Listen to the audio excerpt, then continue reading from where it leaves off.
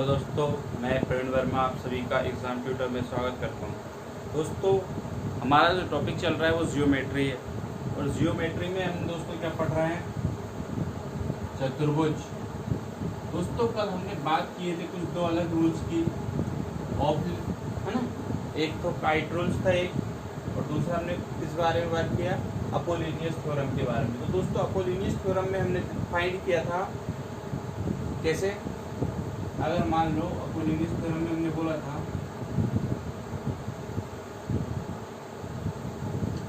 कि इस प्रकार से कोई चतुर्भुज बना है,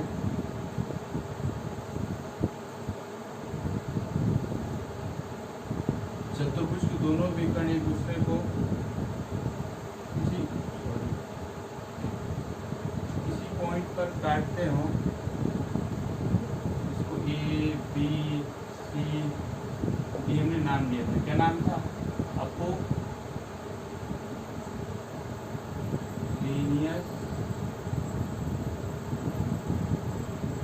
थ्योरम।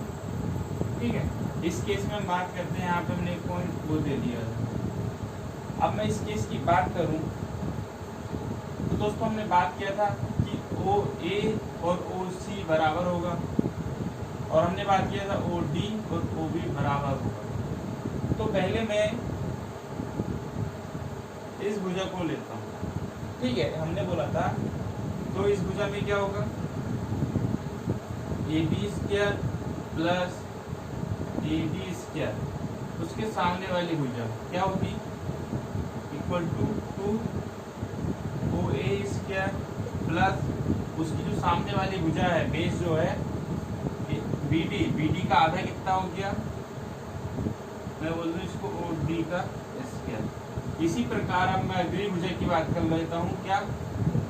ए बी और B C, A B square plus B C square. तो बी सी के सामने क्या है? O B, two O B square plus इसका बेस क्या है? ए सी का आधा कितना हो गया? ओसी का स्क्वायर। चाहे आप ओसी का स्क्वायर ले लो, चाहे ओ ए का स्क्वायर ले लो, बात एक ही होगी। दोस्तों, जिस प्रकार हमने इस भुजा को लेके किए हैं, फिर इस भुजा को लेके हमने निकाला है। दोस्तों, ये निकला कैसे? हमने कल आपको बताए थे कि जो विकर्णों के वर्गों का योग होता है उनकी भुजाओं के वर्गों के योग के इक्वल होता है, तो उससे हमने कल ये ड्राइव किया था। ठीक है, अगर मैं बात कर लूँ कि मुझे को कौन सी लेना है, बीसी भुजा और सीडी भुजा लेना है, तो क्या होगा दोस्तों? बीसी और सीडी की बात करूं मैं, बीसी का स्क्वायर प्लस सीडी का स्क्वायर बराबर 2। अब देखो, बीसी सीडी, उसके सामने ये है बीडी और उसका जो परपेंडिकुलर है ओसी, तो क्या हो गया? ओसी का स्क्वायर प्लस जो सामने वाली भुजा है, बेस है, क्या है इसका? बीडी, और बीडी का आधा क्या हो गया? ओडी का स्क्वायर। ठीक है दोस्तों, इस टाइप से सॉल्व हो जाएगा। जिस प्रकार चतुर्भुज में है उसी प्रकार त्रिभुज में भी होगा। अगर मैं कोई समकोण त्रिभुज बनाऊं इस टाइप से, दोस्तों समकोण त्रिभुज क्या? अगर मैं इस चतुर्भुज को, इस पोर्शन को हटा दूं, चतुर्भुज के इस पोर्शन को हटा दूं, तो ये बना सेम समकोण त्रिभुज। बस इसमें भी वही है, ये दो भुजा अपन निकाल लेंगे, ए बी और B D, A B square plus A D का square, 2 O A square plus O D का स्क्वायर।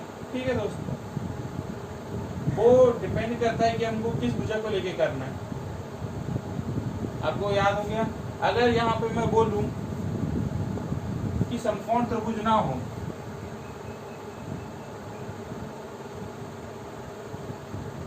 एक त्रिभुज हो, उस केस की बात कर लो, यहाँ माध्यिका दी हो इस टाइप से,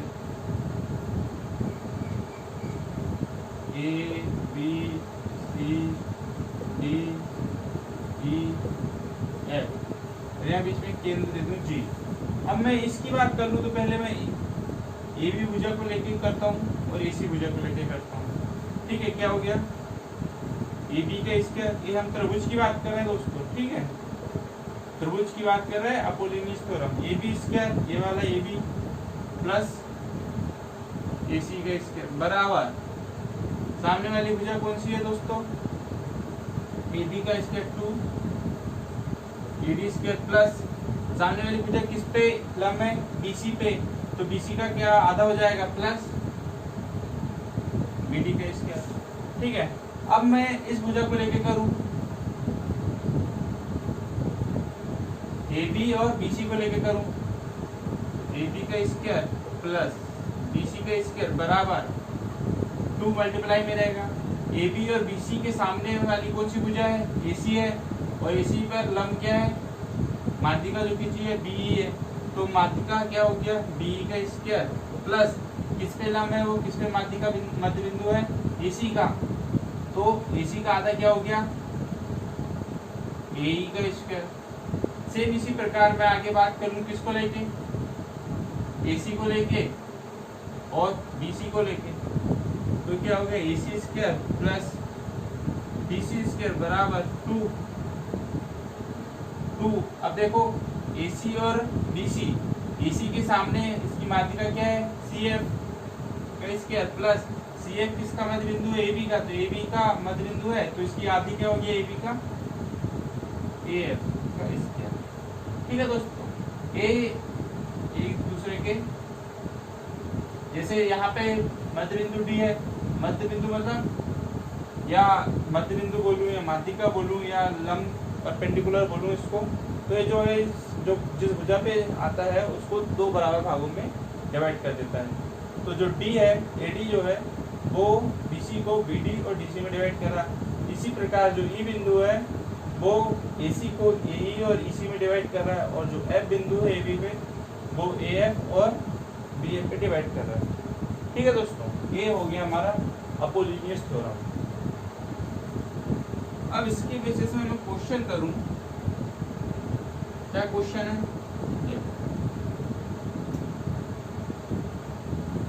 क्वेश्चन है कि समानांतर चतुर्भुज में AD 8 सेंटीमीटर, AB 12 सेंटीमीटर और BD 10 सेंटीमीटर। क्वेश्चन क्या है दोस्तों, समानांतर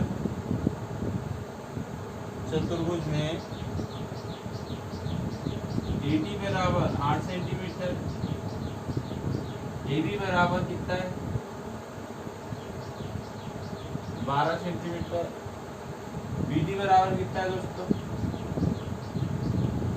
10 सेंटीमीटर हो तो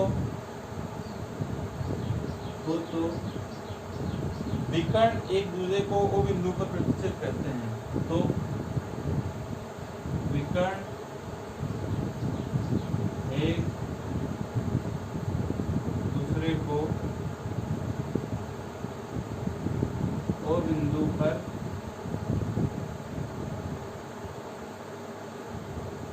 प्रतिच्छेद करते हैं। जब O बिंदु पर प्रतिच्छेद करेंगे तो AO की लंबाई हमको फाइंड करना है। AO क्या होगा, देखो एक समानांतर चतुर्भुज बना लेता हूँ तो पहले, ये मेरा बन गया समानांतर चतुर्भुज।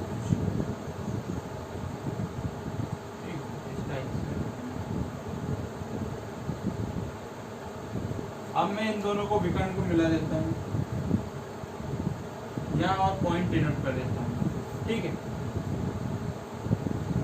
A B C B और जो प्रतिच्छेद कर रहा है AC BD एक दूसरे को कहाँ कर रहा है, O पे।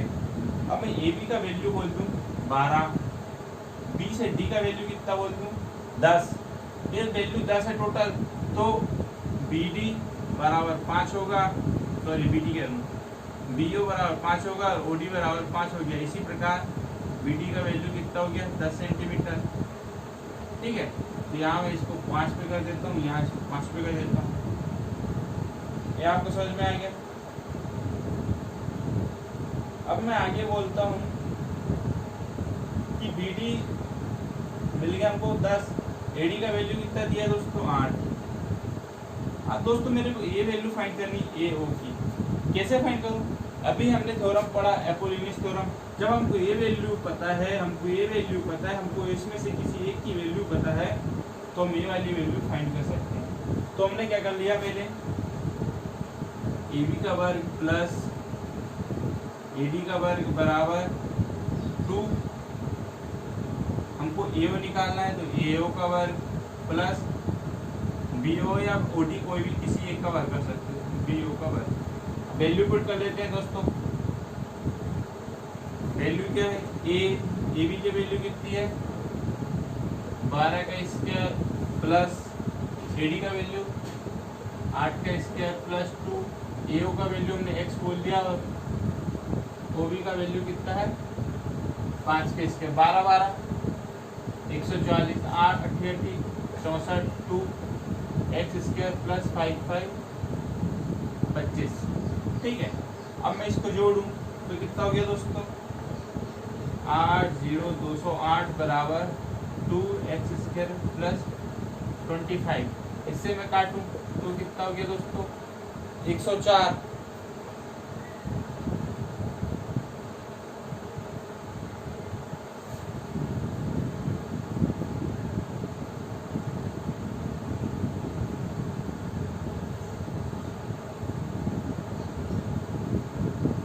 104 हो गया दोस्तों। अब मैं क्या करता हूँ दोस्तों 104 माइनस 25 बराबर एक्स का स्क्वायर कर लेते हैं। ठीक है, 104 में मैं एक्स का स्क्वायर कर देता हूँ, तो दोस्तों मेरा कितना हो गया 104 में से कितना गया है 25 घटा दो 4 9 2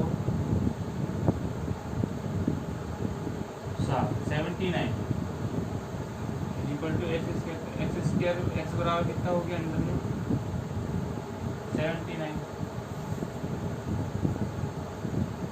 ठीक है दोस्तों, इस प्रकार से x का वैल्यू मिल गया हमको अंडर रूट 79।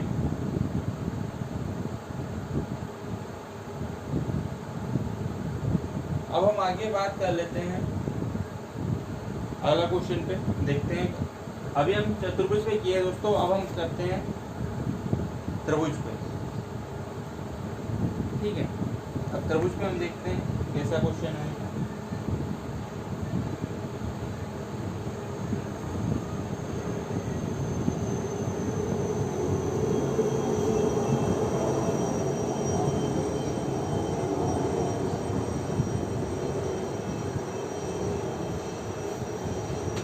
क्या बोला है, त्रिभुज ABC में क्वेश्चन है, त्रिभुज ABC में G क्या है, G केंद्रक, G केंद्रक है। AB 15 centimetre, BC 16 centimetre, AC 25 centimetre. AB 15 BC 16 और AC 25 सेंटीमीटर। ठीक है,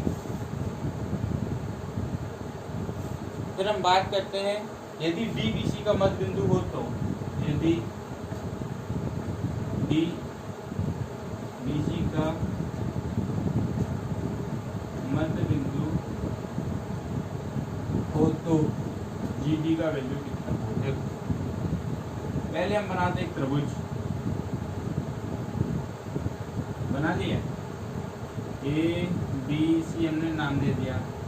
अब हम बोलते हैं G जो है केंद्रक है, ठीक है, और D जो है BC का मध्य बिंदु है। मैं D को यहाँ BC का मध्य बिंदु बोल दूँ और A से D कोई माध्यिका आ जाए और वो कहाँ हो, G यहाँ पे केंद्रक हो। ठीक है, अब हमको अब देखो इसमें क्या करना है। AB का वैल्यू हमको दिया है 15, BC का वैल्यू दिया हमको 16, मतलब इसको दो भागों में तोड़ेगा तो ये हो गया 8 और ये हो गया 8 सेंटीमीटर। AC का वैल्यू दिया है 25। दोस्तों हमने अभी त्रिभुज में पढ़ा था इस वाली वैल्यू का वर्ग प्लस इस वाली वैल्यू का वर्ग बराबर 2 इंटू AD का वर्ग प्लस BD का स्क्वायर। तो हम यहाँ देख लेते हैं क्या, AB का वर्ग प्लस AC का वर्ग बराबर 2। एपोलिनियस थ्योरम लगाएंगे दोस्तों, हमको भुजाएं प्राप्त है, हमको ए वाली भुजा फाइंड करनी है AD। तो हम यहाँ देख लेते हैं AB का वर्ग प्लस AC का वर्ग 2, कितना हो गया दोस्तों यहाँ पे 2 AD का वर्ग प्लस BD का वर्ग।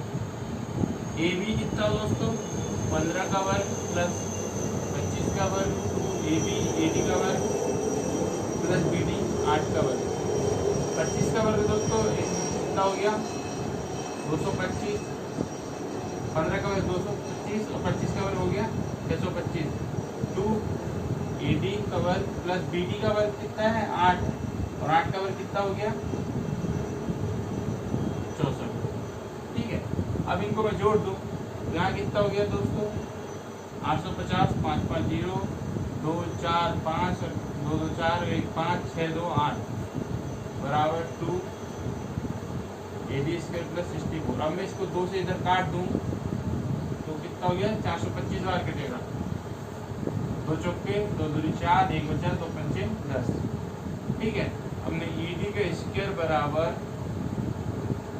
425 माइनस 64 करूँ तो दोस्तों कितना आएगा, AD स्क्वायर बराबर 5 में 4 गया 1, 12 12 में से 6 गया 6 3, 361।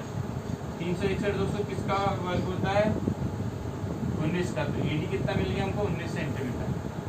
अब दोस्तों हम पहले भी डिस्कस कर चुके हैं, जब केंद्रक माध्यिका को,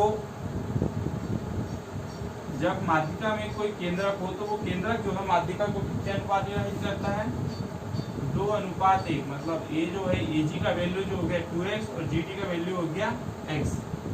मेरे को पूरा AD का वैल्यू पता है, मतलब पूरा 3x का वैल्यू कितना है 19 है। AD कितना हो गया दोस्तों 2x प्लस x कितना हो गया 3x। अब मेरे को x का वैल्यू निकालना है दोस्तों, x का वैल्यू मतलब कितना हो गया, GD का वैल्यू मतलब कितना हो गया 19/3 सेंटीमीटर, मतलब 6.33 सेंटीमीटर। यहाँ पे हमने वैल्यू फाइंड कर दी। ठीक है दोस्तों, ये हमारा निकल गया।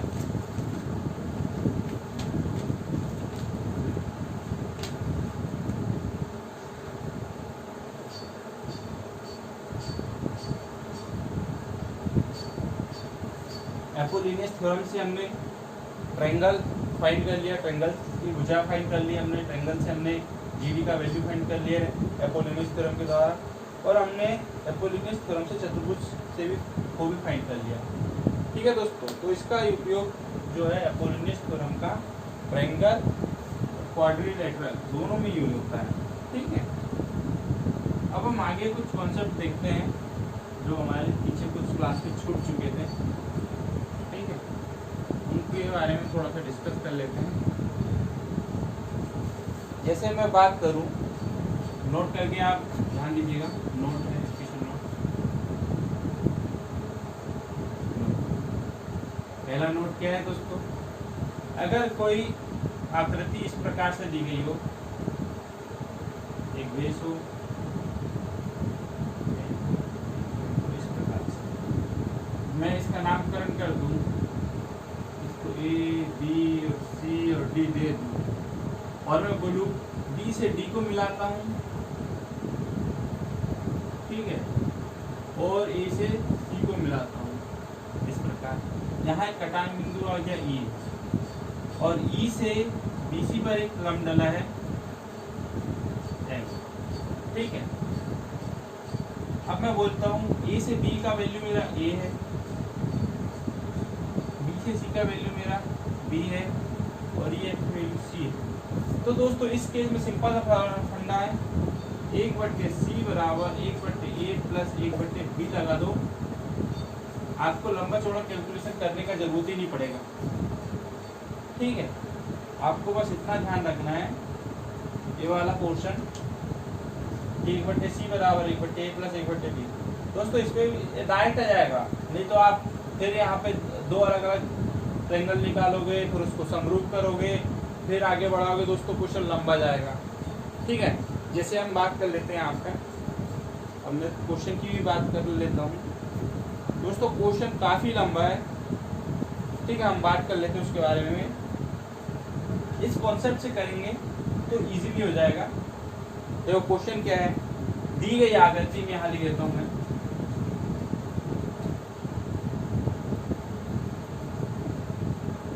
दी गई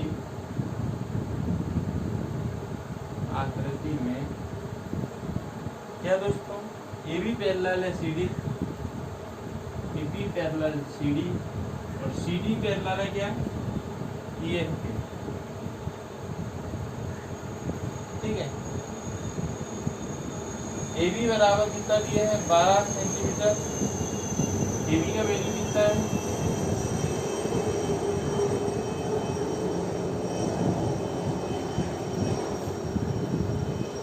12 सेंटीमीटर दिया है। सी डी का वैल्यू कितना दिया है दोस्तों, 18 सेंटीमीटर दिया है। बी सी का वैल्यू 6 सेंटीमीटर दिया है। ठीक है, तो हमको ई एफ का फाइंड करना है, तो ई एफ का वैल्यू क्या है, अब देखो दोस्तों, इस प्रकार से अगर मैं इसको पूरा जो है इसको 6 बोल लूँ, ठीक, इसको मैं 6 - x बोल लूँ, और इसको x बोल लूँ। ए बी का वैल्यू मेरे पास दिया है 12, बी सी का वैल्यू दिया है 18। ठीक है, अगर मैं इस कॉन्सेप्ट पे करूं, 1/c का वैल्यू निकालना है मुझे, 1/12 है, 1/, यह 18 हो गया, तो 1/c बराबर इनका कितना हो गया एलसीएम, 12 12 के 36 और 18 दूनी 36, मतलब दोनों पे आ रहे हैं 36, इसका एलसीएम हो गया। 12 से करो तो 12 के 36 हो, तो मतलब 5/36, 1/c का वैल्यू है, तो सी का वैल्यू हो गया दोस्तों 36/5 सेंटीमीटर, हमको सी का वैल्यू मिल गया, इस डायरेक्ट से मिल गया। अगर मैं इसको आगे बढ़ाऊं, बाय कॉन्सेप्चुअल करूं, मतलब और उससे डायरेक्ट मतलब ट्रायंगल बना के समरूप लगा के, तो देखें उससे भी करके देख लेते हैं क्या है। अब मैं पहले दोस्तों ट्रायंगल लूंगा, ठीक है, कौन सा ट्रायंगल लूंगा मैं ये वाला ट्रायंगल लूंगा। मान लो अगर मैं इसको नेगलेक्ट कर दूँ, यहाँ से इसको मैं ऐसे हटा दूँ अपनी याद के लिए, तो ये वाला ट्रायंगल लूँ मैं, इस ट्रायंगल को लेके चलता हूँ मैं पहले। ठीक है, इस ट्रायंगल को लूंगा, तो बी ए जो है, ए बी पैरेलल है ई एफ के। तो दोस्तों इस केस में क्या होगा, देखो इस केस में हम अभी बात करके आगे, ए बी का वैल्यू मेरे को पता है, इसका वैल्यू मेरे को फाइंड करना है, और इसका वैल्यू दिया है। ठीक है, तो देखो क्या करते हैं हम, इसको मैं अगर यहाँ तोड़ दूँ इस प्रकार से, A B E F C, अब फिर मैं इसको 2 भागों में तोड़ दूं, इस टाइप से समरूप बना दूं कि ये समरूप हैं। समरूप किस बेस में होंगे, क्योंकि इनके एंगल बराबर है, एंगल बी बराबर एंगल एफ होगा, एंगल ए बराबर एंगल ई होगा, और सी सबके लिए कॉमन एंगल है, तो यहाँ सी सबका हो जाएगा, यहाँ भी सी सबका हो जाएगा। यहाँ बी के लिए ले लेता हूँ, ए के लिए लेता हूँ, यहाँ एफ के लिए ले लेता हूँ, यहाँ ई के लिए ले लेता हूँ। ठीक है, तो बी सी का वैल्यू हमको 6 गिवन है, ए बी का वैल्यू मेरे पास 18 है, सी एफ का वैल्यू मेरे पास कितना है दोस्तों, x है, सॉरी x है, सी ई का वैल्यू मेरे पास नहीं है, तो उसको टेंशन नहीं लेना, और एफ ई का वैल्यू मेरे पास कितना है दोस्तों, ये फाइंड करना है, सी बोल देता हूँ उसको। ठीक है, अब मैं 2 भुजा जो गिवन दी है उसको मैं रेशो पे ले लेता हूँ, जैसे यहाँ ले लेता हूँ बी सी बटे सी एफ बराबर ए बी बटे ई एफ। BC कितना है दोस्तों 6, CF कितना है X बराबर AB है 18, EF कितना है C।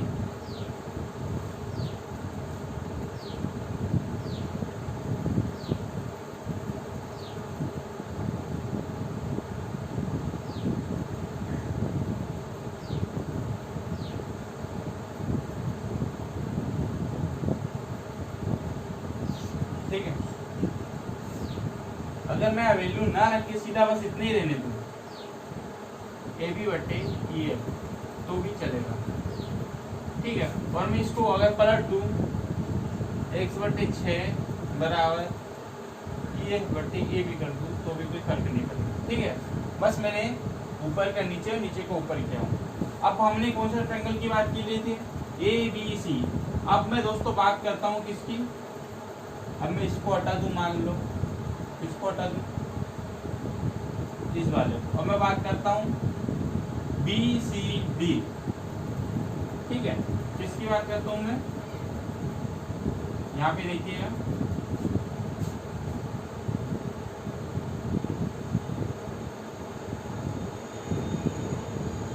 यहाँ B C D E समरूप की बात करता हूँ तो यहाँ दोनों एक दूसरे के पैरेलल है, CD और EF जो पैरेलल है तो यहाँ पे जो कोण बनेगा इस भुजा पे इक्वल होगा। दोस्तों पैरेलल को जो रेखा है जो आपको दिख रही है यहाँ पे तिर्यक रेखा, तिरछी रेखा जो दिख रही है वो यहाँ पे जो एंगल काटेगी वो भी इक्वल होंगे। तो जब इस वाले ट्रायंगल में और इस वाले ट्रायंगल में अब आप कंपेयर कर लेते हैं तो ट्रायंगल मैं यहाँ बना लेता हूँ। ठीक है, देखो यहाँ पे मैं ट्रायंगल बनाता हूँ तो कैसा होगा दोस्तों,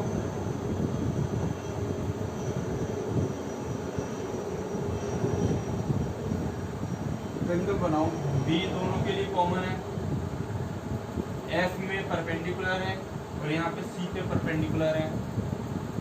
यहाँ पे इस पॉइंट पे E बिंदु है और इस पॉइंट पे D बिंदु है। ठीक है, F से B का वैल्यू मेरे पास 6 माइनस x है, B से C का वैल्यू मेरे पास टोटल 6 है।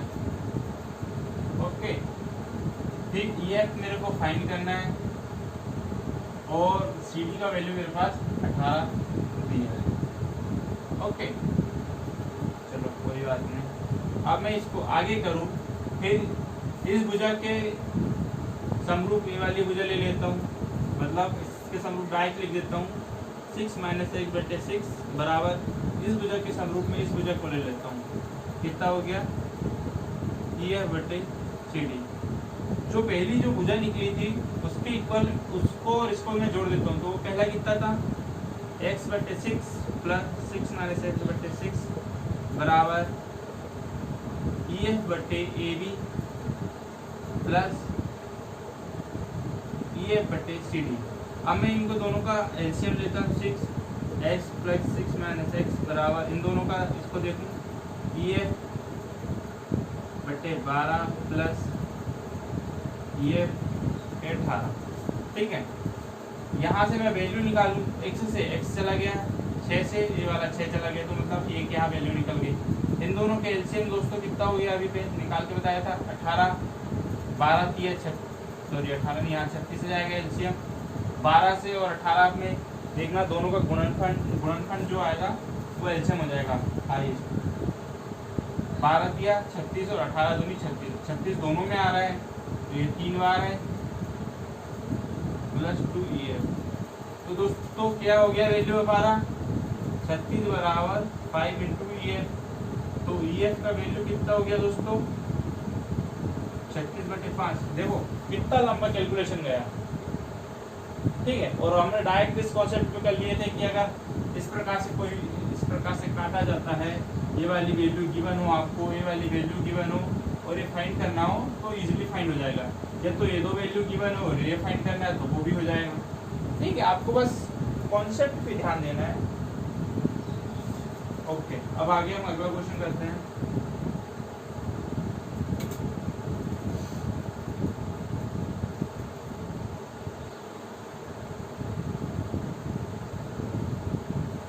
अगला क्वेश्चन पे नहीं, अगला नोट देख लेते हैं,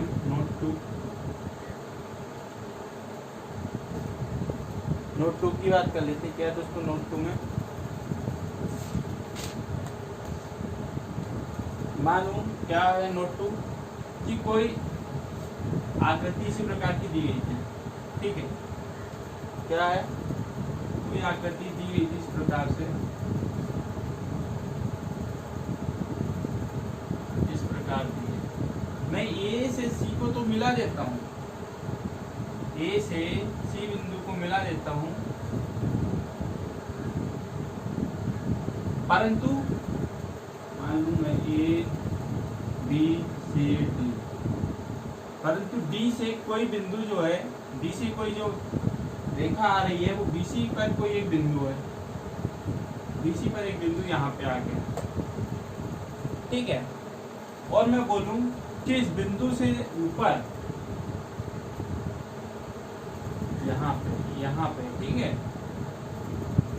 यहाँ पे एक बिंदु खींचा जाता है, एक रेखा खींचा जाता है, इस प्रकार से आकृति कोई दी हो, तो उस केस में क्या होगा, अगर मैं इसको डेनोट कर दूं, इसको ए बोल दूं, इसको मैं बी बोल दूं, इस पॉइंट को सी, इस पॉइंट को डी बोल दूं, इस पॉइंट को मैं क्या बोल दूं दोस्तों, ई बोल दूं, और इस पूरे पॉइंट को एफ बोल दूं, ठीक, A B C D E F. अब मैं बोल रहा हूं जैसे क्या है, अब देखो अगर इसको मैं वाई बोल देता हूँ, ठीक है, ई ना बोल के इसको वाई बोल देता हूँ, ए सी का वैल्यू टोटल कितना है, एक्स है, और ई बी का वैल्यू टोटल क्या है, वाई। अब मेरे को एक्स और वाई का वैल्यू निकालना है, तो सबसे पहले हमको ए सी का वैल्यू एक्स निकालने से पहले हमको वाई निकालना जरूरी है। तो दोस्तों हम बात करते हैं वाई की, वाई बराबर कितना होता है, देखो दोस्तों अब सिंपल सा चीज है, यहाँ पे समझ लो, वाई निकालना है, ए वाला वैल्यू निकालना है मेरे को, तो दोस्तों सबसे पहले ए वाला वैल्यू निकालना, तो मैं इधर की चीज भूल जाता हूँ। अब मेरे को दिख रहा है यहाँ पे एक डमरू जैसा, ठीक है, डमरू जैसा दिख रहा है ना, तो आपको ध्यान रखना है जब मैं वाई निकालूंगा तो इस वाले के समानांतर जो है ये वाली भुजा उसके अनुपात में जाएगी, मतलब वाई बटे बी, ठीक है, ये समानांतर में आ गई, और y के जो पास है c और जो सामने उसकी भुजा दिख रही है d, वो उसके अनुपात में आ गई, बस y बराबर कितना हो गया, c into B divided by D, ये y निकल गया। अब मैं बोलूं मेरे को क्या निकालना है, x निकालना है, x निकालना है, मतलब पूरा AC निकालना है, AC ये वाला। तो मैं क्या बोलता हूँ दोस्तों, इसमें से मैं इस त्रिभुज को भूल जाता हूँ कि कोई त्रिभुज है। जब मेरे को x निकालना होता है तो मैं क्या करूँगा दोस्तों, x निकालना है, ये वाली भुजा निकाल ली मेरे को टोटल, ठीक है, तो x निकालना है तो मैं क्या करता हूँ, इस भुजा के अनुपात में ये वाली भुजा लेता हूँ, इस पूरी भुजा बड़ी भुजा के अनुपात में x बटे ए बराबर पूरी भुजा लेता हूँ, और क्या करता हूँ दोस्तों, फिर इस भुजा के अनुपात में मैं ये वाली भुजा लेता हूँ, ठीक है, इस पूरी भुजा की बात करता हूँ तो ये क्या है, c प्लस डी बटे वाई, एक्स बराबर क्या हो गया, c प्लस डी इंटू ए बटे वाई। यहाँ से हमको x मतलब ए सी का पूरा वैल्यू मिल जाएगा। बस दोस्तों इस आपको इसको ध्यान रखना है। फिर वही दोस्तों, अगर मैं इसको फिर समरूप बना के करूँ तो आपने देखे हो कितना लंबा क्वेश्चन जाता है। बस आपको यहीं पे नेगलेक्ट करना है किसको लेके चलना और किसको लेके नहीं चलना, ठीक है। अब मैं यहाँ इस भुजा को अनुपात में मैं इस भुजा को लूँगा, ठीक है, फिर इस भुजा के अनुपात में मैं इस भुजा को लूँगा, बस इतना आपको देना है, बस इक्वल कर देना है।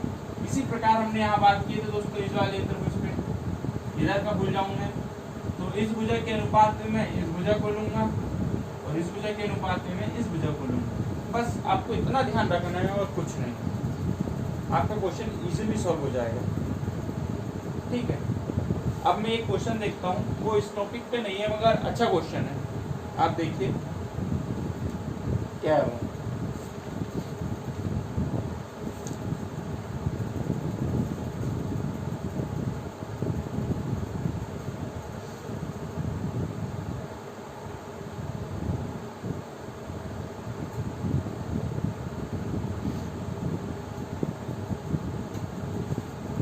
क्या बोला है, त्रिभुज ABC में,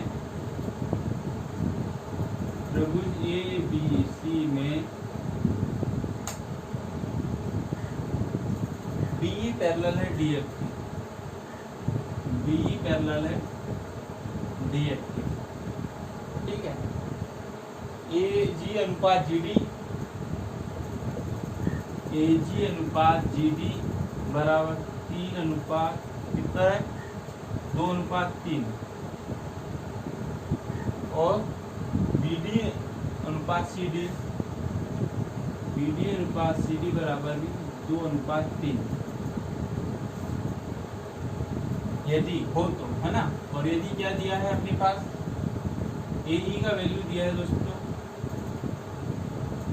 4 सेंटीमीटर, तो AC कितना होगा,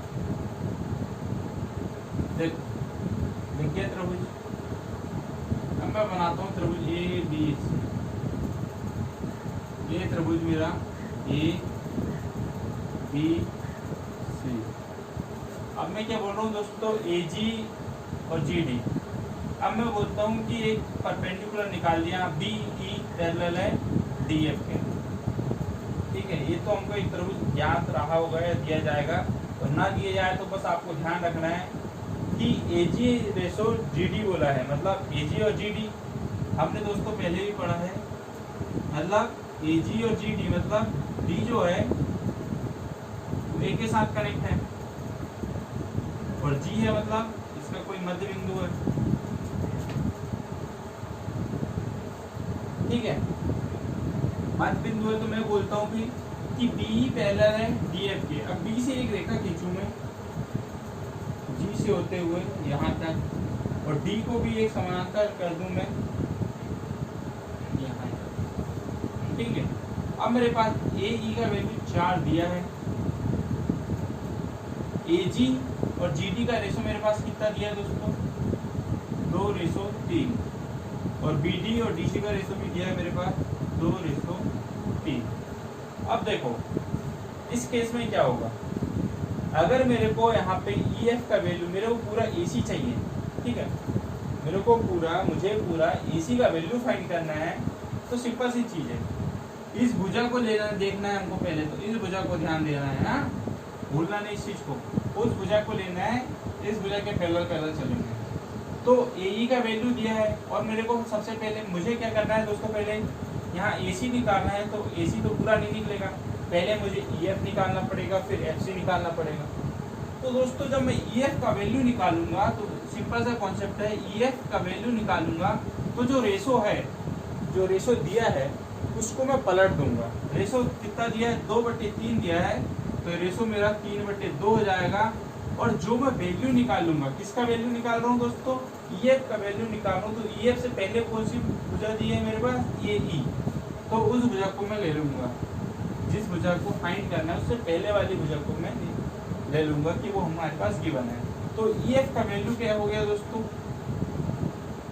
3/2 इंटू AE का वैल्यू 4, 2 से 2 मतलब EF के वैल्यू हो गया 6 सेंटीमीटर। अब मेरा EF निकल गया दोस्तों, मतलब AE का वैल्यू निकल गया, EF का वैल्यू निकल। अब मेरे को निकालना है FC का वैल्यू दोस्तों, फिर मैं FC का वैल्यू निकालूंगा, तो फिर मैं उसके सामने पैरेलल लूंगा, क्या है AD पे मैं देखता हूँ रेशो दिया है 2:3, फिर से मैं रेशो को बदल देता हूँ, कितना हो गया, उलट देता हूँ, 2:3 से रेशो हो गया दोस्तों 3:2। और दोस्तों मैंने बोला था कि जिसकी वैल्यू फाइंड करना, जस्ट उसके ऊपर वाली भुजा कौन सी है, EF हमको यहाँ फाइंड है, तो 3/2 गुणित AE कितना है, EF कितना है दोस्तों, 6, 2 3 6, मतलब FC का वैल्यू दोस्तों मेरे को मिल गया 9 सेंटीमीटर। अब दोस्तों मेरे को AC का वैल्यू पूरा मिल जाएगा। AC का वैल्यू कितना हो गया दोस्तों, यहाँ देखिए AC बराबर हो गया AE plus EF plus FC, मतलब 4 प्लस 6 प्लस 9, तो कितना हो गया दोस्तों 19 सेंटीमीटर हमको AC मिल गया। बस इतना सा आपको ये कॉन्सेप्ट को ध्यान रखना है। क्या कॉन्सेप्ट है कि यहाँ पे मैंने क्या किया, रेशो को पलट दिया और ये जो AE है क्या फाइंड करने वाली भुजा से पहले वाली भुजा, ठीक है। आपको बस इतना ध्यान पे रख के आपको करना है। इस प्रकार से कोई भी क्वेश्चन आए, अगर इस भुजा में इस प्रकार रेशो दिया जाए और इस प्रकार से कोई भी क्वेश्चन पूछे तो आपको फाइंड कर लेना है, ठीक है। अब मैं आगे बात करता हूँ।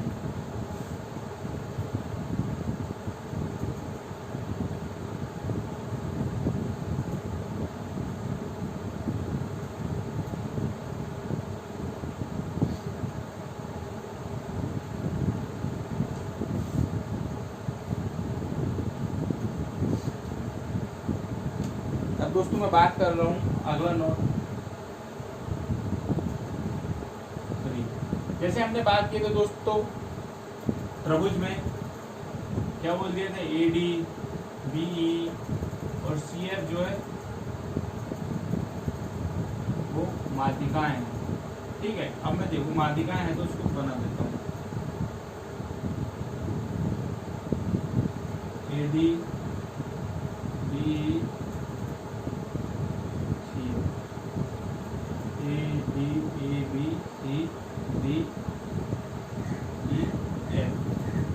दोस्तों इस बारे में पहले भी डिस्कस कर चुका हूँ।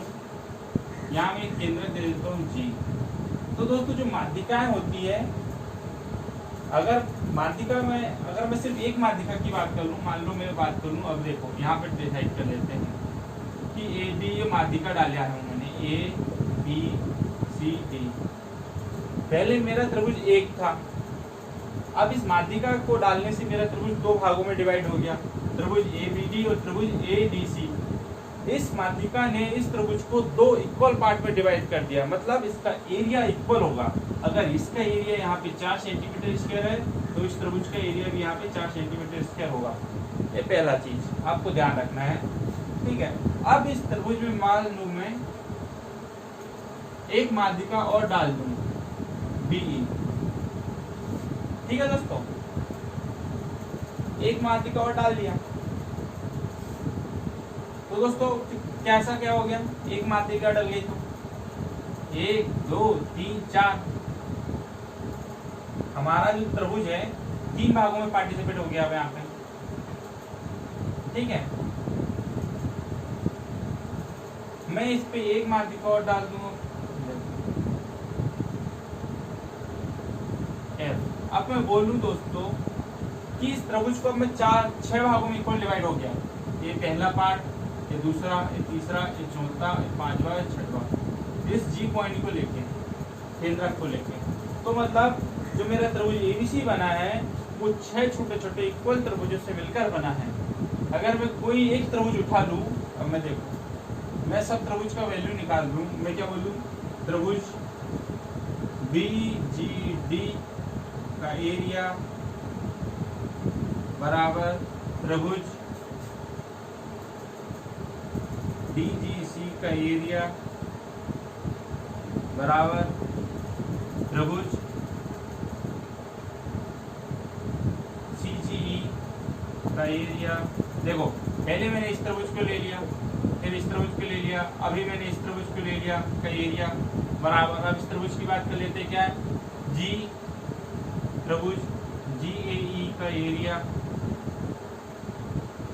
इसके इक्वल है त्रिभुज, ये वाला त्रिभुज ले लेते हैं। अब ये G पॉइंट देखना है आपको, ध्यान रखना है GFA AFG का एरिया, AB एरिया किसके बराबर दोस्तों, त्रिभुज ये वाला छोटा है ना, त्रिभुज BGF का एरिया, ये जो एरिया है सभी वो किसके, जो टोटल बड़ा त्रिभुज है उसका कितना होगा दोस्तों, 1/6 गुना होगा त्रिभुज ABC का एरिया। अब दोस्तों देखो, अब मैं वो बात कर लूँ, अगर मेरे को ये वाला एरिया फाइंड करना है, ये वाला, ठीक है, तो दोस्तों ये जो एरिया है दो त्रिभुज से मिलकर बना है, मतलब दो त्रिभुज का मतलब क्या दूं मैं, कितना, 2/6 मतलब 1/3 किसका, त्रिभुज ABC के एरिया का।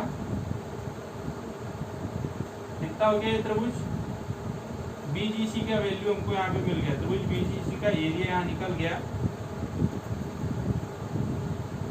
1/3 इंटू त्रिभुज ABC का एरिया। इस प्रकार से हमको फाइंड कर लिया। अब मैं दोस्तों अगर मैं ये बोल दूं कि BE और इसका एरिया निकालना, तो दोस्तों ये कितना हो गया मेरा टोटल, ये मेरा 1 2 3 त्रिभुज से मिलके बना है, मतलब 3/6 मतलब 1/2 इंटू त्रिभुज ABC का एरिया, आधा हिस्सा कवर हो गया, ठीक है, ये हो गया मेरा। अब मैं बोलूं, ये तो मेरा निकल गया कि इसको 6 पार्ट में कर दूं, अब मैं इसको 12 पार्ट में करता हूँ, ठीक है, अब मैं करता हूँ इसको 12 पार्ट में। अब मैं बोल रहा हूँ कि मैं E से F को मिलाता हूँ और जो तीनों भुजाएं हैं, मतलब तीनों जो मध्य बिंदु थे उनको एक दूसरे से मिला देता हूँ। दोस्तों ऐसा करने पे मेरा जो पूरा त्रिभुज है वो 12 इक्वल पार्ट में डिवाइड होगा, जैसे 1 2 3 4 5 6, इस तरफ का 6 हो गया, इसी प्रकार इस तरफ का होगा 7 8 9 10 11 12। अब मैं कोई भी त्रिभुज निकाल लूँ यहाँ पे, तो उसका वैल्यू दोस्तों कितना हो गया। अब यहाँ पॉइंट दे दूँ मैं, यहाँ पे EFG, यहाँ पे मैं दे दूँ इसको H पॉइंट दे दूँ, ठीक है, यहाँ पे और कटान बिंदु हुआ EFGH I दे दूँ, यहाँ J दे दूँ। अब मैं किसी भी एक पॉइंट का वैल्यू निकाल लूँ, मेरे को यहाँ से निकालना है GJO GJD, कोई भी एक FEG कितना है, दो त्रिभुज से मिलकर बना है, तो 2/12 हो जाएगा किसका, त्रिभुज ABC का एरिया।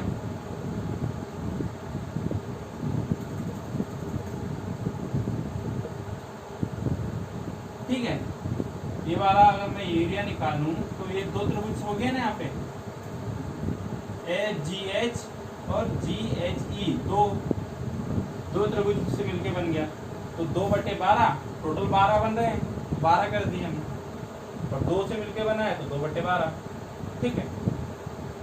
बस ये आपको इतना ध्यान रखना है।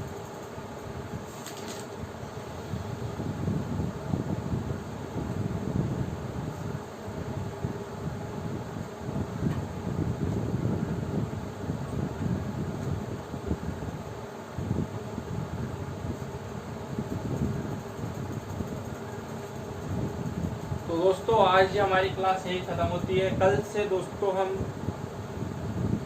समलम चतुर्भुज और समचतुर्भुज के बारे में डिस्कस करेंगे। धन्यवाद दोस्तों हमारे चैनल को प्लीज़ सब्सक्राइब करना और शेयर करना ना भूलिए, और दोस्तों बेल आइकन को जरूर दबाइएगा। धन्यवाद।